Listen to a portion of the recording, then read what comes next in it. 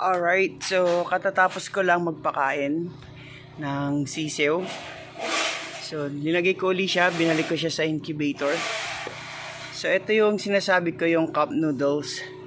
Tapos sa loob niyan, meron siyang ipa. Ayan, ganyan. So, parang bumalik lang siya sa pagkasisiw. So, ito yung incubator para sa mga ganitong klaseng case.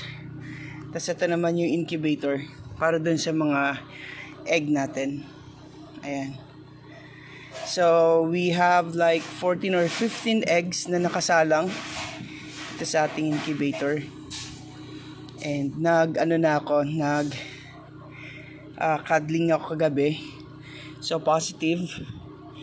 Medyo yung isa parang late siya. It's either magkakaroon ng problem or hindi siya mag-go through. Pero the rest, good siya. Alright, so that's the update for today.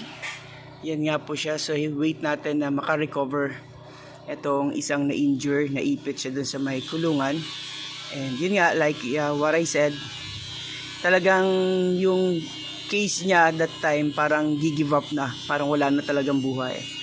But of course, we always hope for the best.